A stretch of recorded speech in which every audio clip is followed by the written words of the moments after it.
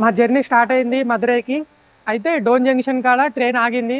ఒక 40 మినిట్స్ ఏమో అవుతాయంట. అందుకోసం మేము వీడియో రికార్డ్ చేద్దామని బయటకు వచ్చినాము. అయితే కొన్ని విషయాలు షేర్ చేసుకుంటా. నేను ఏంటంటే 1 మంత్ నుంచి ట్రిప్ అనేది ప్లాన్ అవుతుంది. మా ఫ్రెండ్స్ 12 మెంబర్స్ వస్తారు అని అది ల్యాగ్ అయ్యకుంటూ ఒకరొకరు డ్రాప్ అయ్యకుంటా అది లాస్ట్కి 5 మెంబర్స్ అయితే అయిందనమాట. 5 మెంబర్స్ కన్ఫర్మ్ అయిపోయింది. మేము టికెట్స్ బుక్ చేసినాము. 5 టికెట్స్ ఆర్ఏసీలో పడ్డాయి. ఒకటి కన్ఫర్మేషన్ అనుకుంటా 4 అయిపోయినాయి. 4 కన్ఫర్మ్ అయిపోయినాయి. తర్వాత ఒకటి మిగిలింది. ఆ ఒకటి ఎవరిది? నాదే. కాదనుకున్నాం. లాస్ట్ మూమెంట్లో ఒక 2 డేస్ ముందు అయింది.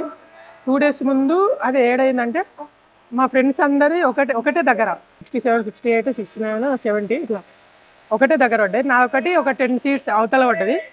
సో నేను ఫుల్ పరేషాన్లు ఉన్నా. అరే అందరు ఒకటే దగ్గర పడ్డది, నా ఒక్కడే ఎందుకు దూరం పడ్డది అని అనుకుంటే మామూలు ఎవడేమో క్యాన్సిల్ అయ్యాడు.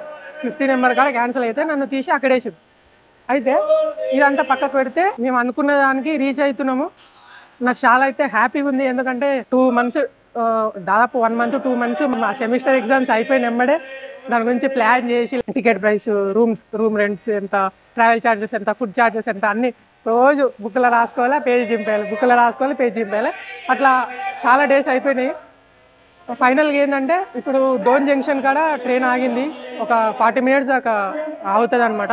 అందుకని వీడియో అనేది రికార్డ్ చేస్తున్నాం. ఎందుకంటే ట్రైన్లో రికార్డ్ చేస్తే నాయిస్ అనేది ఎక్కువ వస్తుంది. అందుకని ఇందులో రికార్డ్ చేయాల్సి వస్తుంది. సో ఫైనల్గా అది మ్యాటరు.